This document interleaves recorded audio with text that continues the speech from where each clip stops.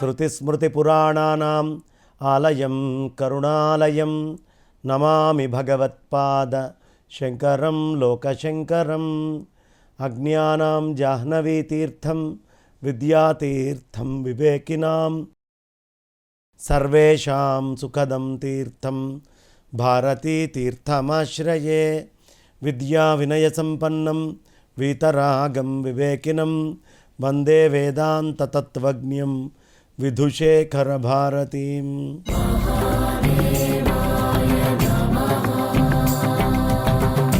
పురాణ రహస్యాలు కార్యక్రమంలో కూర్మ పురాణాంతర్గతమైనటువంటి రహస్యాలను మనం చెప్పుకుంటున్నాం.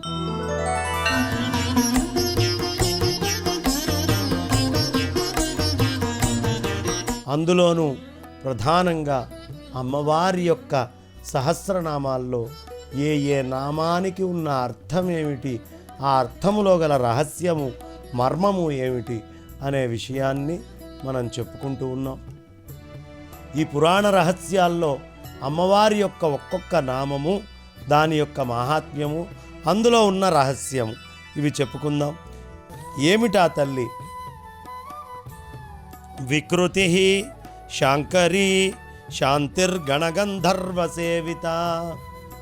ఆ తల్లి వికృతమైనటువంటి స్థితి, వికారమైనటువంటి రూపం కలిగినటువంటిది. ఆ తల్లి రూపము ఎంత అందంగా ఉంటుందో అంత వికారంగానూ ఉంటుంది. శంకరుడికి భార్య చాలా శాంతమైనటువంటి స్వరూపం కలిగింది. మనకి లక్ష్మీ అమ్మవారికి కూడా ఈ నామం ఉంటుంది. వికృతి అనగానే కొంతమంది చూసేవారా, పార్వతి అమ్మవారు వికృతిగా ఉంటుంది.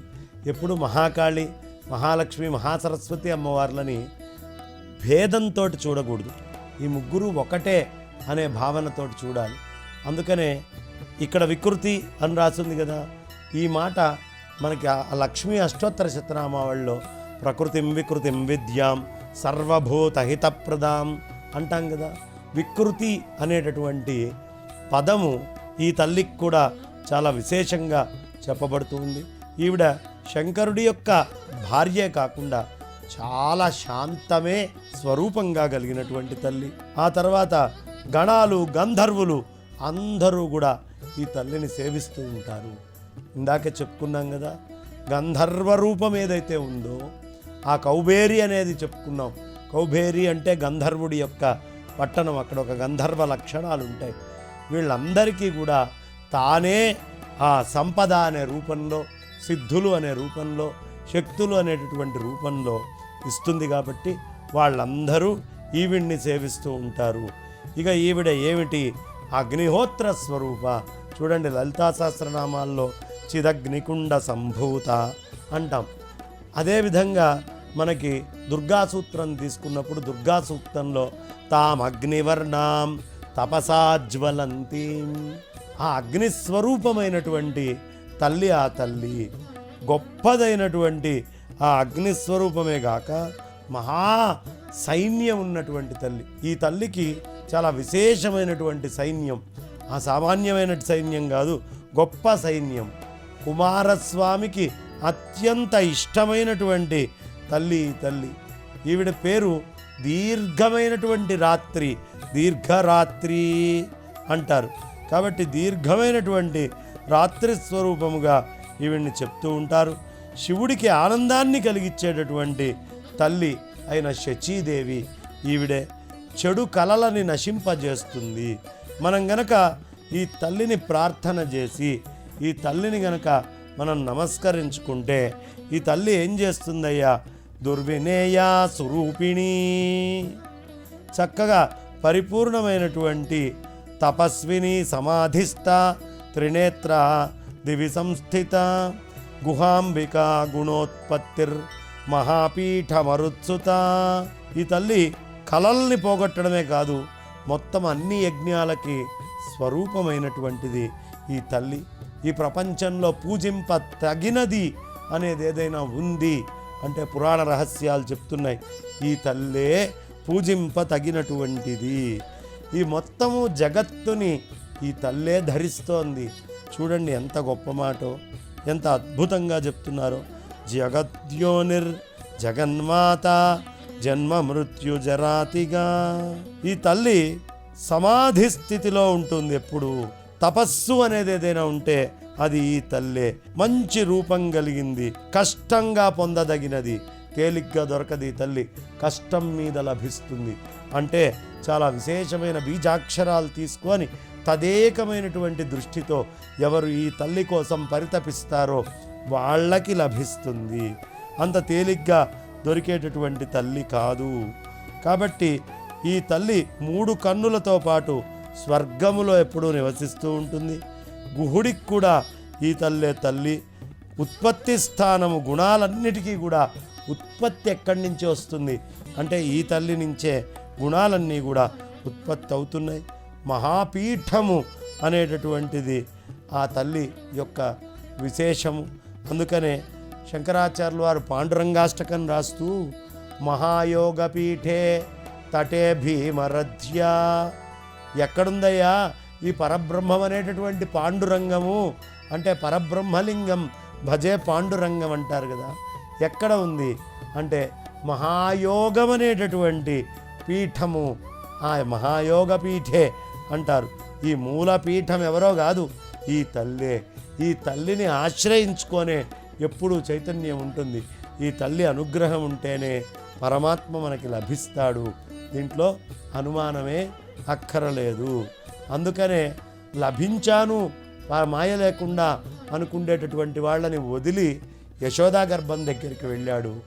మాయ లేదు అని అనుకుంటున్నటువంటి ఆ వసుదేవుడి దగ్గరికి మాయని పంపించాడు. ఈ ఇద్దరినీ సమానంగా కొలవండి. నాకు తల్లిదండ్రులుగా ఉండాలన్నా, సోదరులుగా ఉండాలన్నా ఈవిడ నాకు సోదరి అనే విషయాన్ని మర్చిపోవద్దు అని వాసుదేవుడంతటి వాడు మనకి తెలియపరుస్తూ ఉంటాడు. ఈ తల్లి ఎలాంటిదయ్యా? మహాపీఠము కలిగినటువంటిది. వాయువు యొక్క పుత్రిక, వాయుదేవుడి పుత్రిక. అగ్ని శిఖల లాంటి ఆ శిఖల కాంతి కలిగినటువంటి తల్లి. అగ్నిహోత్రం నుండి ఈ తల్లి ఉద్భవించింది. ఈ ప్రపంచం మొత్తానికి కారణమైనటువంటిది. లోకాలన్నిటికీ తల్లి అయి జనన మరణాలని, ముసలితనానికి కూడా అతీత. ఇందులో చాలా రహస్యమయమైనటువంటి మంత్రాలు ఉంటాయండి. హిమవత్ పర్వత ప్రాంతాల్లో వెళ్తే ఒక్కొక్కళ్ళు 100 సంవత్సరాలు, 150, 200, 300 సంవత్సరాలు మేము జీవించి ఉన్నాము అని చెప్పుకునేటటువంటి వాళ్ళందరూ కూడా ఆ స్థితిలో ఎందుకున్నారు అంటే ఈ తల్లిని కొలవడం వల్ల వాళ్ళ యొక్క ముసలితనం కూడా ఈ తల్లి దూరం చేసింది. వాటన్నిటికీ ఈ తల్లి అతీతమైనటువంటిది. మన బుద్ధి యొక్క రూపము ఏదైనా ఉంది అంటే ఈ తల్లే. అందుకే ఈవిడ్ని బుద్ధి రూప అని కూడా పిలుస్తారు. మహాబుద్ధిమంతురాలు ఈ తల్లి. ప్రాణుల హృదయాల్లో ఉంటుంది, ఎప్పుడు ప్రాణుల హృదయాల్లో నివసిస్తూ ఉంటుంది. చాలా వేగం కలిగి సమాధి స్థితిలో ఉంటుంది. చూడండి, ఆవిడ చాలా వేగంగా ఉంటుంది. సాధారణంగా మనమందరము ఈ సౌండ్ యొక్క స్పీడ్ ఎంత అని కొలుస్తాం, అలాగే లైట్ యొక్క స్పీడ్ ఎంత అని కొలుస్తాం, అదేవిధంగా వాటర్ యొక్క స్పీడ్ ఎంత అని కొలుస్తాం. ఇదే విధంగా మనకు కొలతలు ఉంటాయి ప్రతిదానికి. వాయువు యొక్క స్పీడ్ ఎంత అని. కానీ ఇక్కడ మనకు తెలియాల్సినటువంటిది ఏ స్పీడ్లో అయినా ఉండేది శక్తే. ఆ శక్తిని నువ్వు ఆ వస్తువు లోపల కొలుచుకోగలుగుతావు. కానీ ఎందులో తీసుకున్న శక్తే కొలతలకు అతీతమైనటువంటిది ఈ తల్లి అనే విషయాన్ని ఇక్కడ తెలియపరుస్తున్నారు. ఎనర్జీ పాయింట్ ఆఫ్ వ్యూలో నువ్వు కొలవాలి అనుకున్నప్పుడు నువ్వు పొటెన్షియల్ అయినా, కైనెటిక్ అయినా, థర్మల్ అయినా, హైడ్రల్ అయినా, అదే మ్యాగ్నెటిక్ అయినా, ఎలక్ట్రోమాగ్నెటిక్ అయినా, ఏదైనా కూడా శక్తిని ఎవడు కొలవలేడు. అందులో ఏం శక్తి ఉంది అనేది కొలవగలుగుతాడు. కాబట్టి వీటన్నిటికీ కూడా మూలమైనటువంటి శక్తి ఈ శక్తి అని చాలా విశేషంగా చెప్తూ ఉన్నారు. ఈ ప్రపంచం మొత్తానికి కారణమవడమే కాకుండా చాలా వేగం కలిగింది. ఆ అమ్మవారి స్పీడ్ని ఎవరూ క్యాలిక్యులేట్ చేయలేరు. కాబట్టి శక్తిని క్యాలిక్యులేట్ చేస్తున్నారు. ఆ శక్తిలో బ్రహ్మోస్ స్పీడ్ ఇంతండి, లేదు ఆకాశ స్పీడ్ ఇంతండి, పృథ్వీ స్పీడ్ ఇంతండి అని మిజైల్స్ పినాకా స్పీడ్ ఇంతండి, లేదా పృథ్వీ ఇలా రకరకాలైనటువంటి క్షిపణులు. ఇప్పుడు విష్ణు అనేటటువంటిది కొత్తగా మన యొక్క అంబుల పదిలో వస్తోంది. ఆ విష్ణు అనేటటువంటిది శక్తి బ్రహ్మోస్ కంటే కూడా 8 మ్యాక్ స్పీడ్లో వెళ్తుంది అని మనకు ప్రత్యేకంగా చెప్తున్నారు. అంటే నువ్వు పంపించేటటువంటి వేగాన్ని కొలుస్తున్నావు. ఆ వేగానికి మూలమైనటువంటి శక్తి వేగాన్ని ఎవ్వరూ కొలవలేరు. అంత వేగం కలిగినటువంటిది. ఎప్పుడు సమాధి స్థితిలో ఉండి 3 కళ్ళతోటి ఉండేటటువంటి తల్లి, స్వర్గలోపంలో నివసించేటటువంటి తల్లి ఈ తల్లి అని చెప్తూ సర్వేంద్రియ మనోపే మనో మాత సర్వభూత హృదిస్థిత. ఈ సర్వ ఇంద్రియాలకి మనస్సుకి తల్లి ఎవరైనా ఉంటే అంటే చూడండి ఎంత రహస్యమో. ఈ చెవులకు కానీ, కళ్ళకు కానీ, చర్మానికి కానీ, ముక్కుకు కానీ, నాలుకకు కానీ, మనస్సుకు కానీ, మనస్సే చాలా వేగం అనుకుంటాం. ఈ వేగంతో కూడుకుండేటటువంటి మనస్సుకి ఇంద్రియాలకి కూడా తల్లి ఎవరైనా ఉంటే అదే ఈ తల్లి అండి. ఈ తల్లి మొత్తము అన్నిటికీ కూడా మూలమైనటువంటి తల్లి అని చెప్తూ సర్వభూత హృతిస్థిత. అన్ని భూతాలలో, అది మనుష్యులు కావచ్చు, పక్షులు కావచ్చు, ఈ పాంచభౌతికమైనటువంటి శరీరంలో అన్ని భూతాలలో వాటి యొక్క హృదయంలో ఏదైనా ఉంది అంటే ఈ అమ్మవారు మాత్రమే ఉంది. ఈ అమ్మవారు ఏం చేస్తుందండి? సంసారము నుండి మనందరినీ తరింపజేస్తుంది. అందుకే సంసారతారిణి అంటారు. ఇదే విద్యా బ్రహ్మవాది మనోలయ. ఆవిడ ఈ సంసారం నుంచి తరించేటటువంటి విద్య ఆవిడే. ఈ బ్రహ్మవాదులందరికీ కూడా ఆ మనస్సు అనేటటువంటిది ఏది ఉంటుందో ఆ బ్రహ్మవాదుల యొక్క మనస్సుని మొత్తాన్ని లయము చేసుకునేటటువంటిది, దాన్ని లయం చేసేటటువంటిది ఈ తల్లే. బ్రహ్మాణి బృహతి బ్రాహ్మీ బ్రహ్మభూత భవారణి హిరణ్మయీ మహారాత్రి సంసార పరివర్తిక. ఇక్కడ ఆవిడే బ్రహ్మాణి, ఆ తల్లే బ్రహ్మాణి. బృహతి చాలా పెద్దది. ఆ బ్రాహ్మీ అయినటువంటి తల్లి కూడా ఆవిడే. బ్రహ్మభూతమైనటువంటి ఆ భవారణి, భవారణ్యంలో ఉండే ఆ భూతాలన్నీ కూడా ఆ తల్లి యొక్క స్వరూపమే. బంగారపు వర్ణంలో ఉంటుంది. హిరణ్మయీ, ఈవిడే మహారాత్రి సంసార పరివర్తిక. ఈ సంసారంలో ఉండేటువంటి అన్ని పరివర్తనలు ఈ తల్లి యొక్క అనుగ్రహమే. సుమాలిని సురూపీచ భావిని హారిణి ప్రభా ఉన్మీలిని సర్వసహ సర్వప్రత్యయ సాక్షిణి. ఈ తల్లి మనకి ఉన్మీలనం, ఇలా కన్ను రెప్పగొట్టి తీస్తాం. రెప్ప దేని వల్ల కొడుతున్నామండి? శక్తి వల్ల కొడుతున్నాం. అంటే మనతోటి సంబంధం లేకుండా మన లోపలే ఈ తల్లి ఉండి మన గుండె కొట్టుకుంటోందన్నా, మన కిడ్నీ పనిచేస్తోందన్నా, మన లివర్ పనిచేస్తోందన్నా, మన నాసికారంధ్రాలు, నాలుక, నోరు, ఈ చర్మము, ఈ చెవులు ఇవన్నీ పనిచేస్తున్నాయన్నా ఆ మొత్తానికి కారణం ఎవరండి? కారణము ఈ తల్లే. సర్వసహ సర్వప్రత్యయ సాక్షిణి. ఈ అన్నిటికీ కూడా ఈ తల్లే సాక్షిస్వరూపంగా ఉందండి. అలాంటి సర్వప్రత్యయ సాక్షిస్వరూపిణి ఈ తల్లి. చాలా ఆగ్రహంగా ఉంటుందా అండి? కాదు. సుసౌమ్య, చాలా ప్రశాంతంగా ఉంటుంది, ఎంతో నెమ్మదిగా ఉంటుంది. అంతటి శాంతము ఉంటుందా అని అనుమానం కలుగుతుంది. చంద్రవదన, చంద్రబింబము లాంటి మొహం కలిగింది. తాండవాసక్త మానస, నిరంతరం తాండవం చేయటం నందు ఆసక్తి కలిగినటువంటిది. అందుకనే మనకి చిదంబర క్షేత్రంలో పరమేశ్వరుడు నృత్యం చేస్తూ ఉంటాడు. ఆ పరమేశ్వరుడి నృత్యానికి పోటీగా నృత్యం చేయగలిగింది ఎవరు అన్నారు. ఆ తల్లి ఎవరో కాదు, సాక్షాత్తు ఈ ఉమా, ఈ భవాని, ఈ తల్లే పోటీగా నృత్యం చేస్తుంది. అప్పుడు ఆయన ఈవిడతోటి సమానంగా చేస్తూ ఎలా అయినా గెలవాలి అనే ఉద్దేశం కలిగి చెవు కుండలం కింద పడితే ఆ కుండలాన్ని 2 కాళ్ళ వేళ్లతోటి తీసి చెవుకి తగిలించుకుంటూ నృత్యం చేస్తాడు. కానీ ఈ తల్లి కూడా అలా కాలు లేపి పెట్టచ్చు, కానీ లజ్జతో ఆ తల్లి కాలు పైకెత్తకుండా అలాగే కింద ఉంచిందయ్యా. అందుకని భరతనాట్యానికి ఆ తల్లి ఆగిపోయింది. కూచిపూడికి ఈ తండ్రి తీసుకొని వెళ్ళి కాలు లేపి చెవుకి తగిలిచ్చారు. భరతనాట్యం సంప్రదాయం ఏమిటండి? ఈ పైన నడుము పైకి కాలు లేవకూడదు.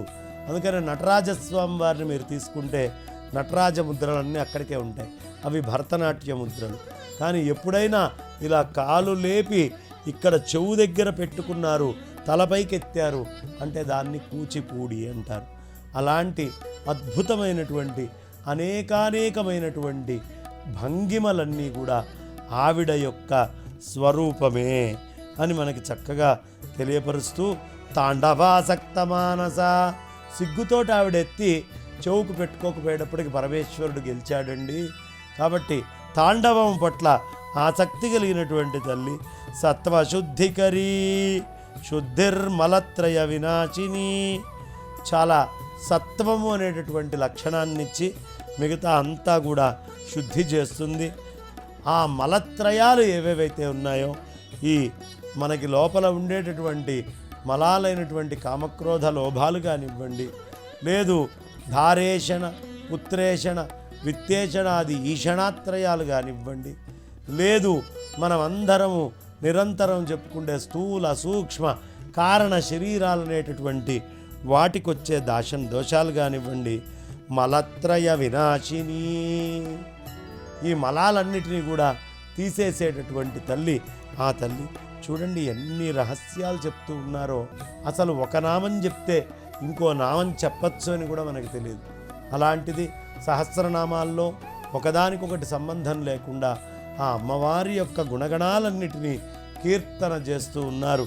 అది ఈ తల్లి యొక్క మాహాత్మ్యము అని చెప్తూ, ఈ తల్లి అన్ని ఇంద్రియాలకి మనస్సుకి కూడా తల్లి లాంటిది కాబట్టి జగత్ప్రియ జగన్మూర్తిర్ స్త్రీమూర్తిర్ అమృతాచయ, ఈ మొత్తము జగత్తంతటికీ కూడా ప్రీతిపాత్రమైనటువంటి తల్లి ఏదైనా ఉంటే మా శక్తి అయినటువంటి గౌరి అండి. ఆ తల్లే మొత్తం అంతటికీ కూడా జగన్మూర్తి, ఈ జగత్తు మొత్తానికి మూర్తి స్వరూపము, జగత్తే తన రూపంగా కలిగినటువంటిది. అమృతాశ్రయ, ఈ తల్లి అన్నీ ఈ తల్లి వల్ల చచ్చిపోవచ్చు కానీ మృత్యువు లేనటువంటి తల్లి ఈ తల్లి. నిరాశ్రయ, ఆవిడికి ఆశ్రయం ప్రత్యేకంగా అక్కర్లేదు అని కూర్మపురాణం రహస్యంగా తెలియపరుస్తోంది. నిరాహార, ఆ తల్లికి ఏ ఆహారము అక్కరలేదు. అపర్ణ అంటే ఆఖరికి ఆకులు తినేటటువంటిది, ఆకులు కూడా పక్కన పడేసి పరమేశ్వరుడి కోసం ధ్యానం చేసిందయ్యా. అందుకని ఆ తల్లి నిరాహార నిరంకుశ పదోద్భవ, ఆ తల్లి యొక్క పదాలు అడుగులు అన్నీ కూడా నిరంకుశంగా ఉంటాయి అని చెప్తూ, చంద్రహస్త విచిత్రాంగి, శివుడు విఘ్నేశ్వరుడు వీళ్ళు తలలో చంద్రుణ్ణి ధరిస్తే ఈ తల్లి చంద్రుణ్ణి చేతిలో ధరించిందట. చంద్రహస్త విచిత్రాంగి, చంద్రహస్త చంద్రుణ్ణి చేతిలో ధరించింది అంటే మనస్సుని కుప్పెట్లో పెట్టుకుంది. స్రగ్వీణి పద్మధారిణి, విచిత్రమైనటువంటి శరీరాన్ని ధరించడమే కాకుండా ఎప్పుడు పద్మపుష్పాల యొక్క మాలని ఆ తల్లి ధరిస్తూ ఉంటుంది. పరావర విధానజ్ఞ మహాపురుష పూర్వజ, హెచ్చేది తగ్గేది అనేటటువంటిది ఆ తల్లికి తెలుసు. మహాపురుషుడి కంటే పూర్వమే ఈ తల్లి పుట్టి ఉంది. మాయ ఎప్పటిదయ్యా అంటే మాయ కూడా అనాది నుంచి ఉన్నదేనండి, ఆవిడెప్పుడు పుట్టింది అని ఎవడు చెప్పలేడు. అలా ఈ తల్లి కూడా ఎప్పటి నుంచో ఉన్నటువంటిది అని చెబుతూ, విశ్వేశ్వరుడికి ప్రియురాలు ఈ తల్లి, విశ్వేశ్వర ప్రియ, ఈ తల్లి విశ్వేశ్వరుడికి అత్యంత ప్రియమైంది. ఎలా ఉంటుందయ్యా? మెరుపు తీగలాగా ఉంటుంది. ఆవిడ నాలుకేమిటి? విద్యుత్తే ఆవిడ నాలుకగా కలిగి ఉంది. శ్రమని మొత్తాన్ని జయించినటువంటి తల్లి విద్యాస్వరూప. ఆ తల్లి సమస్తమైనటువంటి విద్యలకి తన యొక్క స్వరూపంగా ఉన్నటువంటి తల్లి. 1000 కన్నులు 1000 ముఖాలు ఉన్నాయి ఆ తల్లికి. కళ్ళెన్నండి అమ్మవారికి? సహస్రాక్ష సహస్రపాత్ అంటాంగా పురుష సూక్తంలో, అది ఈవిడికి కూడా వర్తిస్తుంది. 1000 కళ్ళు ఆ తల్లికి ఉన్నాయి, 1000 ముఖాలున్నాయి. స్వయంగా మృత్తికామయమైనటువంటి తల్లి. ఆవిడ జన్మని పొంది 1000 కిరణాలతోటి సత్వగుణంలో ఉంది. మహేశ్వర స్థానాన్ని ఆశ్రయించిందయ్యా. మహేశ్వరుణ్ణి, మహేశ్వర స్థానాన్ని కూడా ఈ తల్లి ఆశ్రయించింది. మొత్తం అంతా కూడా క్షాళన చేస్తుంది. మహాదేవుడి యొక్క మనస్సును ఎప్పుడూ రంజిస్తూ ఆ తల్లి మృత్తికామయమై వ్యాపించి ఉంది. తేజోమయమై పద్మాలను వికసింపజేసేటటువంటిది ఆ తల్లి. పూజ్యురాలైనటువంటి మహాదేవుడి మనస్సుకు ఆనందాన్ని కలిగించేటటువంటి ఆకాశలక్ష్మి. ఆ తల్లి వాహనం ఏమిటి అన్నారు? సింహవాహన. సింహమే వాహనంగా కలిగినటువంటి తల్లి ఆ తల్లి. అలాంటి సింహవాహన అయిన ఆ తల్లి అధికమైనటువంటి జ్ఞానం. ఇంతకంటే జ్ఞానం ఎవరి దగ్గరైనా ఉందా? ఎవరు చెప్పలేరు. అలాంటి అధికమైనటువంటి జ్ఞానమే తన రూపంగా ఉండి గొప్ప కాంతి కలిగినటువంటి వీరేశ్వరి అయిన విమానమందుండేది. శోకము అనేటటువంటిది లేనటువంటి, శోకాన్ని నశింపజేసే కొట్టబడనిది, కుండలినీ స్వరూపమైనది, కమలము కలిగినటువంటిది, పద్మంలాగా ప్రకాశించేది అయిన ఆ తల్లికి మనం నమస్కరించుకుంటూ తర్వాత భాగం వచ్చే ఎపిసోడ్లో చెప్పుకుందాం అని చెప్తూ నా వాణికి విరామాన్ని ఇస్తున్నాను. స్వస్తి. ఈ కార్యక్రమాన్ని తిరిగి చూడాలనుకుంటే www.youtube.com/@ETV-Life Spiritual లో చూడవచ్చు.